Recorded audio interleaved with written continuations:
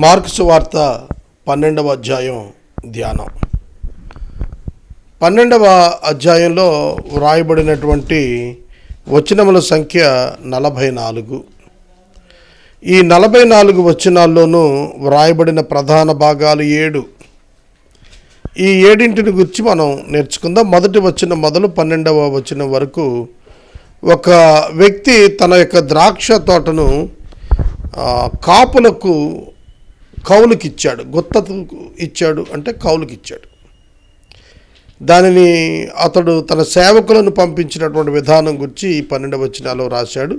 కుమారుని పంపితే వాళ్ళు కుమారుని కూడా చంపారు, అప్పుడు ఏం చేస్తాడు అనే దాని మీద వివరణ ఇచ్చారు. ఇది మనకు మత్తయి సువార్త 21:33లోను, లూకా సువార్త 20వ అధ్యాయం 9వ వచనంలో కూడాను ఈ వివరం కనిపిస్తుంది. 13 నుండి 17 వరకు 13 నుండి 17 వరకు ఉన్నటువంటి వాక్య భాగం. దీనిలో ఆయన కైసరువికి దేవునికి చెల్లించాలి అనేటువంటి ప్రధానమైనటువంటి విశేషత ఇందులో చెప్పబడింది. మత్తయి 17:24లోను, లూకా 20:19లోను ఈ వివరాలు కనిపిస్తాయి. ఆయన పునరుద్ధానాన్ని గురించినటువంటి ఒక ప్రశ్న లేవనెత్తారు. ఇది 18 నుండి 27 వరకు ఈ పునరుద్ధానమును గూర్చినటువంటి ప్రశ్న కనిపిస్తుంది. ఇది మత్తయి 22:23లోను, లూకా 20:27లోను కనిపిస్తాయి. 28వ వచనం నుండి 34వ వచనం వరకు కూడా ప్రధానమైన ఆజ్ఞ ఏది అని యేసుక్రీస్తు ప్రభువారిని వారు అడిగినప్పుడు ప్రభువు దానికి జవాబు చెప్పారు. దానిని మనకు మత్తయి 22:34, లూకా 10:27లో ఈ వివరాలు కనిపిస్తాయి. 35 నుంచి 37వ వచనం వరకు కూడా యేసుక్రీస్తు ప్రభు పరిచయులను ప్రశ్నించినటువంటి విధానం కనిపిస్తుంది. ఈ పరిచయులకు ఆయన ప్రశ్నించినది మత్తయి 22:41లోను, లూకా 20:39లోను కనిపిస్తాయి. తర్వాత ఈ గొప్ప నాయకులని చెప్పుకుంటున్నటువంటి శాస్త్రులు చేస్తున్న 6 రకాల పాపాలను గురించి 38వ వచనం నుంచి 40వ వచనం వరకు రాశాడు. ఇది మత్తయి 23వ అధ్యాయంలో, లూకా 18వ అధ్యాయంలో, 20వ అధ్యాయం 45 వచనంలో కూడా ఈ వివరాలు కనిపిస్తాయి. చివరిగా 41 నుంచి 44 వరకు విధవరాలు యొక్క కానుక. ఇది లూకా సువార్త 21వ అధ్యాయము మొదటి వచనం నుండి కూడా ఈ వివరాలు మనకు కనిపిస్తాయి. ఇక 12వ అధ్యాయానికి వెళ్ళి మనం వరుసగా వాక్యాన్ని ధ్యానం చేద్దాం. ఆయన ఉపమాన రీతిగా వారికి బోధింప ఆరంభించారు. ఎట్లనగా, ఒక మనుషుడు ద్రాక్ష తోట నాటించి దాని చుట్టూత కంచె వేయించి ద్రాక్షల తొట్టి తొలిపించి గోపురము కట్టించి కాపులకు దానిని గుత్తకిచ్చి దేశాంతరానికి పోయాడు. చూస్తున్నారా? దేశాంతరానికి పోయాడు. తన పొలాన్ని, ద్రాక్ష తోటను కౌలుదారులకు ఇచ్చాడు. కాపులకు గుత్తకిచ్చెను అంటే అర్థం కౌలుదారులకు ఇచ్చాడు. కౌలుదారులు పంట వచ్చినప్పుడు కొంత కౌలు యజమానునికి కట్టాల. ల్యాండ్ లార్డ్కి కౌలుదారుడు కొంత కౌలు రూపంలో కట్టాల, కానీ కట్టడం లేదు. అది వసూలు చేసుకోవడానికి పని వాళ్ళను పంపిస్తున్నాడు. చూడండి 2వ వచనం. పంట కాలం వచ్చింది. ఆ కాపుల నుండి ద్రాక్ష తోట పండ్లలో తన భాగము అంటే కౌలు భాగం తీసుకుని రావటానికి ఆ కౌలుదారుల దగ్గరికి ఒక దాసుని పంపాడు. వారు అతను పట్టుకుని కొట్టి ఒట్టి చేతులతో వెనక్కి పంపేశారు. మరలా అతను మరొక దాసుని వారి ఎదుగు పంపాడు. వారు అతని తలకు గాయం చేసి అవమానపరిచారు. మరొకరిని పంపగా వానిని చంపారు. ఇంకను అనేకులను పంపగా వారు కొందరు కొట్టిరి, కొందరు చంపారు. ఇంకను అతనికి ప్రియకుమారుడు ఒక్కడుండెను గనుక వారు తన కుమారుని సన్మానిస్తారేమో అని తుదకు వారి యొద్దకు అతన్ని పంపాడు. అయితే ఆ కాపులు అనుకున్నారు, ఇతడు వారసుడు, ఇతను చంపుదాం రండి, అప్పుడు స్వాస్థ్యం మనదవుతుందని తమలో తాము చెప్పుకొని అతనిని పట్టుకొని చంపి ద్రాక్ష తోట వెలుపల పారవేసిరి.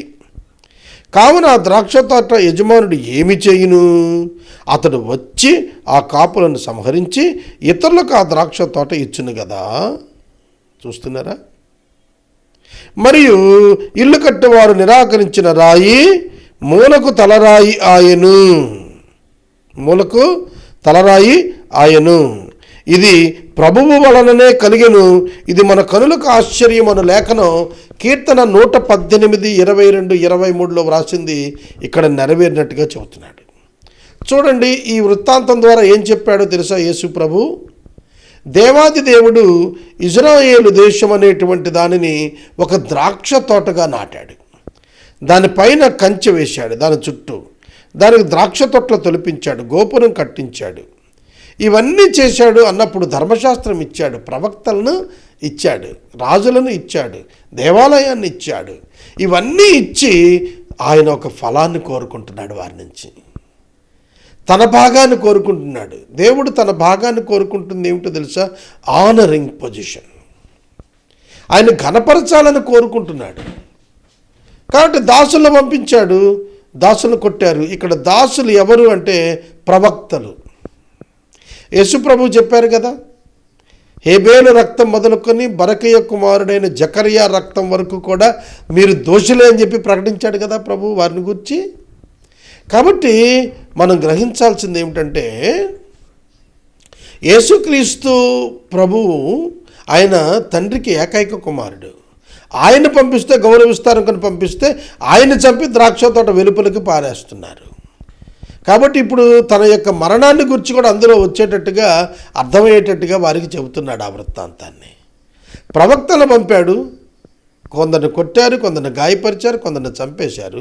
ఎంతమందినో పంపాడు, వాళ్ళందరిని అవమానపరిచారు, అందరిని చంపేశారు. కుమారుని పంపితే ఏం చేస్తారు? ఇస్తారు అని ఆశపడి ఆయన కుమారుని పంపితే కుమారుని కూడా వాళ్ళే చంపేస్తున్నారు. యేసుక్రీస్తు ప్రభు నశించుచున్న ఇశ్రాయేలు యొద్దకే వచ్చాడు. ఆయన మత్తయి సువార్త 6వ అధ్యాయంలో ఆయన ఇశ్రాయేలు ఇంటి వారి యొద్దకే వచ్చాడని రాసింది. కానీ వారు ఏం చేస్తున్నారు? ఆయన తృణీకరించారు. వారు ఏం చేశారు? అన్యజనులకు అప్పగించి ఆయనను హత్య చేయించారు. They killed him. అందుకే యేసుక్రీస్తు ప్రభువారు ఆయన శిలువ మార్గాన్ని వెళుతున్నప్పుడు యెరూషలేము కుమార్తెలతో చెప్పింది అదే. యెరూషలేము కుమార్తెలారా, నా కోసం ఏడవకండి, మీకోసం మీ పిల్లల కోసం ఏడవండి అన్నాడు. ఎందుకని? ద్రాక్ష తోట యజమానుడు వచ్చి వాళ్ళని సంహరిస్తాడు. క్రీస్తు శకం 70వ సంవత్సరంలో టైటస్ అనేటువంటి రోమన్ గవర్నర్ కాలంలో యెరూషలేము దేవాలయం పడగొట్టబడింది, యెరూషలేము పట్టణం నాశనం చేయబడింది. యూదులు ప్రపంచమంతటా చెదిరిపోయారు. ప్రపంచ చరిత్రలో ఇశ్రాయేలు పట్టము చెరిగిపోయింది. క్రీస్తు సంఘము అన్యజనుల మధ్యకు వచ్చేసింది. కృపాకాలం సంభవించింది. అన్యజనులు క్రీస్తు యొక్క సంఘంగా, పెండ్లి కుమార్తె వధువు సంఘంగా సిద్ధమవుతున్నారు. మొదటివారు కడపటివారయ్యారు, కడపటివారు మొదటివారయ్యారు. ఇదే సందేశం ఇక్కడ మనకు తెలియచేస్తున్నాడు. ఇల్లు కట్టేవారు నిరాకరించిన రాయి మూలకు తలరాయి అయ్యింది, ఇది ప్రభువు వల్లే కలిగింది, ఇది మన కనులకు ఆశ్చర్యం అనే లేఖనం మీరు చదవలేదా? తమను గురించి ఆ ఉపమానం చెప్పినని వారు గ్రహించి ఆయన పట్టుకుంటకు సమయం కొరకు చూస్తున్నారు. కానీ జనసమూహానికి భయపడి ఆయన విడిచి వెళ్ళిపోయారు. వాళ్ళకు అర్థమైపోయింది వాళ్ళు సామాన్యులు కాదు, వాళ్ళ లేఖనాలను ఎరిగినటువంటి వారు. అందుకనే వాళ్ళు ఆయన పట్టుకోవాలనుకున్నారు, కానీ ప్రజలకు భయపడ్డారు. People are back side of Jesus Christ. యేసుప్రభు వెనకాల ప్రజలు ఉన్నారు, ఆయనకి వెనకాల సపోర్టర్స్గా ఉన్నారు. అందుకనే పబ్లిక్ రైవలరీ వస్తుందని చెప్పి వాళ్ళు వెనకకు తగ్గారు. ఆ దినాన 118వ సంకీర్తనలో రాసినటువంటి ఇది సొలొమోను గారు దేవాలయాన్ని కడుతున్నప్పుడు ఒక రాయి పారవేయటం జరిగింది. అది నిషేధించబడిన రాయి, అది తోసివేయబడింది, పారవేయబడింది. కానీ మూలకు తలరాయి ఫిక్స్ చేసేటప్పుడు ఆ రాయే సెట్ అవుతుంది. అందుకని దాన్ని వెతికి మరీ తీసి పెట్టారు. కానీ ఇల్లు కట్టేవారు నిషేధించిన రాయి మూలకు తలరాయి అయింది, చీఫ్ కార్నర్ స్టోన్ అయిపోయింది. చీఫ్ కార్నర్ స్టోన్ అయింది అంటే ఎలివేటెడ్, అది లేకుండా కంప్లీట్ అవ్వదు కట్టడం. కాబట్టి యేసుక్రీస్తు ప్రభువుని చంపాలని వాళ్ళు అనుకున్నారు. కానీ యేసుక్రీస్తు ప్రభువు లేకుండా మనుషులు దేవుని యొద్దకు వచ్చే ఛాన్స్ లేదు. దేవుని యొక్క మందిరమైన సంఘము క్రీస్తుతోనే సంపన్నం అవుతుంది. క్రీస్తు సంఘమునకు శిరస్సు. తర్వాత 13వ వచనం నుండి మనం చూస్తే ఆయన చిక్కుపరచాలని చెప్పి ఆయన దగ్గరికి వచ్చారు. వచ్చి వాళ్ళు పొగుడుతున్నారు. మొదట, బోధకుడా నువ్వు సత్యవంతుడువు, ఎవరిని లక్ష్య పెట్టని వాడవని మేము ఎరుగుదుము. ఎవరిని లక్ష్య పెట్టవని మేము ఎరుగుదుము. కాబట్టి నువ్వు మాకు ఒకటి జవాబు చెప్పు. నువ్వు దేవుని మార్గం సత్యంగా బోధిస్తావు, కైసరుకు పన్నించడం న్యాయమా కాదా, ఇచ్చితమా మానదమా అని ఆయన అడిగారు. ఆయన వారి వేషధారణ ఎరిగి మీరు నన్ను ఎందుకు శోధిస్తున్నారు, ఒక దేనారం నాకు చూపించండి అన్నాడు. ఆ దేనారం చూపించిన తర్వాత ఆ దేనారం మీద ఉన్న పైవ్రాత ఎవరిది అని అడిగాడు. పై రూపం ఎవరిది అని అడిగాడు. అది కైసరు అని చెప్పారు. కైసరుకి ఇవ్వండి అన్నాడు. అంటే you must pay the tax, you must obey the constitution and king. నువ్వు ట్యాక్స్ కట్టాల్సిందే. పై రూపం కైసరుది. దేవునికి ఇమ్మన్నాడు. దేవుని పై రూపం ఎక్కడుంది? మానవునిది. ఆదికాండము గ్రంథము 1వ అధ్యాయం 26వ వచనంలో మానవుని యొక్క స్వరూపం ఎవరిది? దేవునిది. కనుక దేవుని యొక్క స్వరూపమైన మానవుడు తనను తాను దేవునికి సమర్పించుకోవాలి, ట్యాక్స్ రూపంలో డబ్బును కట్టి తీరాలి. అది ప్రభు చెప్పాడు. కనుక ఆయన ట్యాక్స్ పే చేయమనే చెప్పాడు, ఎగ్గొట్టమని చెప్పలేదు. స్వతంత్రులు ట్యాక్స్ కట్టక్కర్లేదని తెలిసి కూడా ఆయన ట్యాక్స్ కట్టాడు. పేతురు అరశకల పన్ను కట్టాల్సి వచ్చినప్పుడు తన కొరకు ఆ చేపను గ్యాలము వేసి పట్టుకొని నోటలో ఉన్నటువంటి ఆ షెకెలను తీసుకొని చెరొక అరశకలు పన్ను కట్టమన్నాడు. కాబట్టి Jesus paid taxes. He never denied the government. కనుక ప్రభుత్వాన్ని ఆయన ఎప్పుడు తృణీకరించలేదు. కనుక వారు చాలా ఆశ్చర్యపడ్డారు యేసుప్రభు జ్ఞానానికి.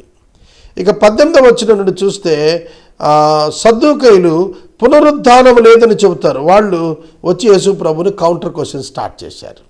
బోధకుడా, తన భార్య బతుకున్నప్పుడు ఒకటి పిల్లలు లేక చనిపోతే వాళ్ళ సహోదరుడు వెళ్ళి ఆ భార్యను పెళ్లి చేసుకొని తన సహోదరునికి సంతానం కలుగు చేయాలని మోషే మాకు రాసిచ్చాడు. కిన్స్మెన్ రిడెంప్షన్షిప్ అంటారు దీన్ని. ఆ సహోదరుడు కూడా చనిపోయాడు. అలా 7 చనిపోయారు. పునరుద్ధానంలో ఈమె ఎవరి భార్య అవుతుంది? అది వాళ్ళు అడిగింది. వాళ్ళకి పునరుద్ధానం అర్థం కాలేదు. పునరుద్ధానం అర్థం కాల. 20-21 వచనాలు, మొదటివాడు, రెండవవాడు, మూడవవాడు, అలా 7 సంతానం లేక చచ్చిపోయారు. అందరి వెనక ఆ స్త్రీ కూడా చచ్చిపోయింది. పునరుద్ధానంలో వారిలో ఎవరికి ఆమె భార్యగా ఉంటుంది? ఆమె 7 భార్య కదా అని చెప్పి అన్నారు. కనుక మీరు చూస్తే ఒకసారి ఆలోచించండి. ప్రభువు వారికి తెలియజేస్తున్నారు. 24 వచనం, అందుకు యేసు అంటున్నారు, మీరు లేఖనములను కానీ దేవుని శక్తిని కానీ ఎరుగకపోవటం వల్ల పొరపాటు పడుచున్నారు, మిస్అండర్స్టాండ్ చేసుకుంటున్నారు. మీరు సరిగా గ్రహింపు లేకుండా ఉన్నారు. ఎందుకంటే మీకు లేఖనాలు సరిగా అర్థం కాలా, దేవుని శక్తి అర్థం కాలా.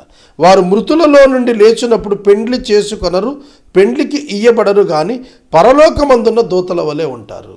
They don't have sex after resurrection. పునరుద్ధానంలో మరల స్త్రీ పురుషులుగా మనం ఉండబోము. ఎందుకంటే మహిమలో ఉంటాము. Sex only operates for reproduction. ఎందుకు దేవుడు స్త్రీని పురుషునిగా చేశాడంటే విస్తరించటానికి మరియు ఫలించటానికి. ఇక మనకు నూతన భూమి నూతన ఆకాశం మీదకి వెళ్ళినప్పుడు నో చైల్డ్ బేరింగ్, మళ్ళీ పిల్లలు పుట్టాల్సిన అవసరం అక్కడేం లేదు, ఉన్నవారితోనే సరిపోతుంది అది. కనుక అక్కడ ఆ సిస్టమ్ లేదు. దేవదూతల వల్లే ఉంటారు తప్ప అక్కడ సంసార ధర్మాలు ఏమీ ఉండవు. కాబట్టి ఇక్కడ ప్రభు చెబుతున్నాడు, మీరు లేఖనాలను తెలుసుకోక ఇబ్బంది పడుతున్నారు, పొరబడుతున్నారు. మృతుల్లో నుండి లేచినప్పుడు మనుషులు మహిమతో ఉంటారు. వాళ్ళు పెండ్లి చేసుకోరు, పెండ్లికి ఇవ్వబడరు, పరలోకమందున దూతల వలె ఉంటారు.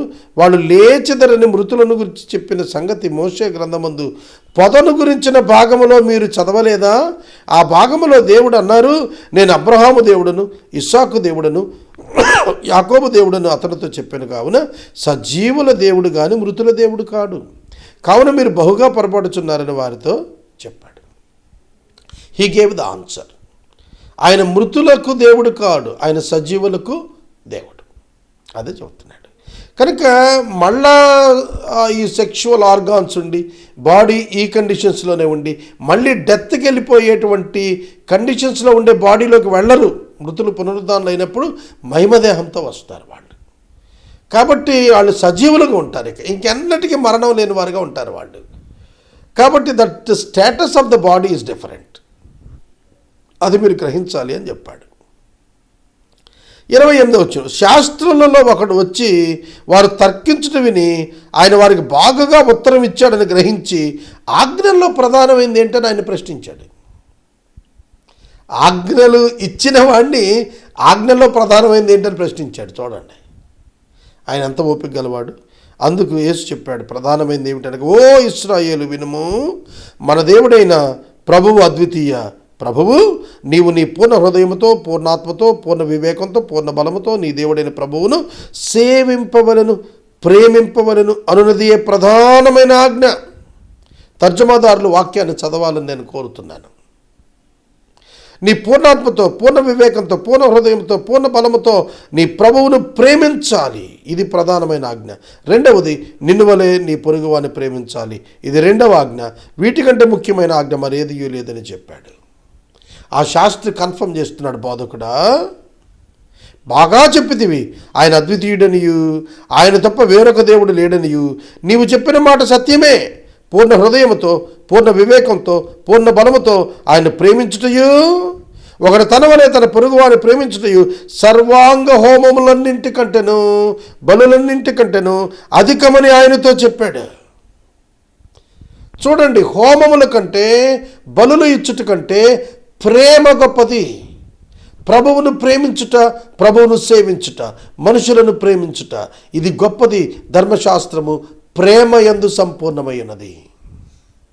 ధర్మశాస్త్రం బలులు సర్వాంగ హోమాల్లో సంపూర్ణం కాలేదు, దేవుని ప్రేమతో సంపూర్ణమవుతుంది.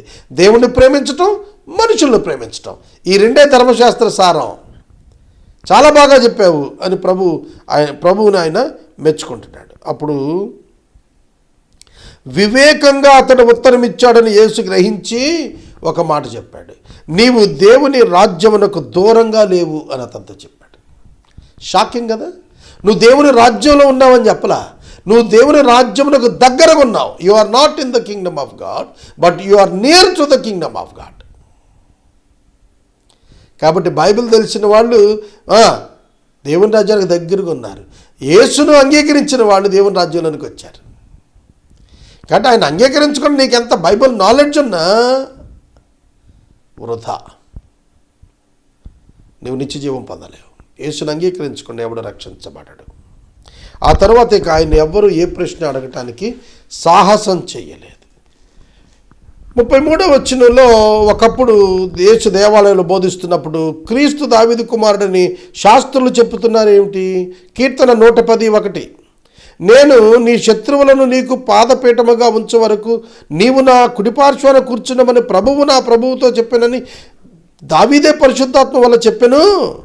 దావీదు ఆయనను ప్రభు అని చెప్పుచున్నాడే, ఆయన ఎలాగ అతను కుమారుడు అవుతాడు అని చెప్పి ప్రభువు వాళ్ళని తిరిగి అడిగాడు.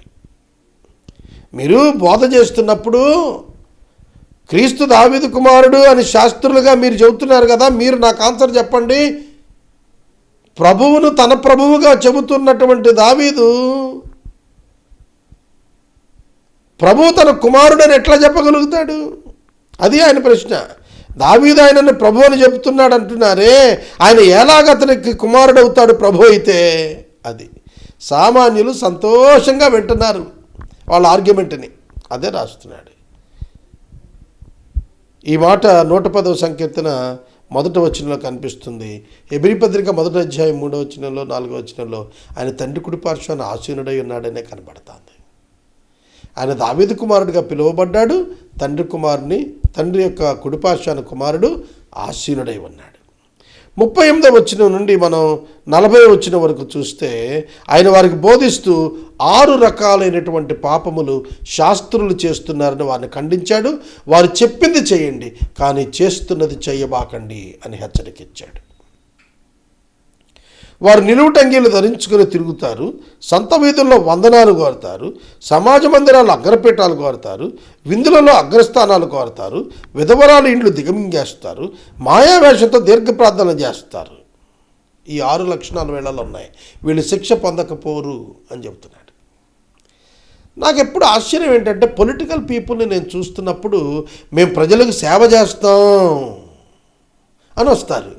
కానీ సేవ చేయటం ఏమో కానీ వచ్చిన వెంటనే వారి ఆస్తులు ఇబ్బుడు ముబ్బుడుగా కోట్లల్లోకి వెళ్ళిపోతాయి. సేవ చేయటానికి వచ్చిన వాని ఆస్తులు తరిగిపోవాలి, కానీ వేల కోట్లకు 100 కోట్లకు ఎట్లా ఎదిగిపోతున్నాయి? చీటర్స్, వేషధారులు. ఈ శాస్త్రులు కూడా అంతే. పైకి చెప్పేది ఒకటి, లోపల చేసేది ఒకటి. వీరు సున్నము కొట్టిన సమాధులు. పైకి అలంకరించబడ్డట్టుగా కనబడతారు, కానీ లోపల చచ్చిన శవాల కుళ్ళు కంపుతో నిండినట్లుగా ఆ సమాధి లోపల ఉన్నట్టుగా వారి హృదయములు మరణపు వాసన చేత నిండి ఉన్నాయి. అందుకనే ప్రభు చెప్పాడు, వీళ్ళకి విశేషమైన శిక్ష ఉంది.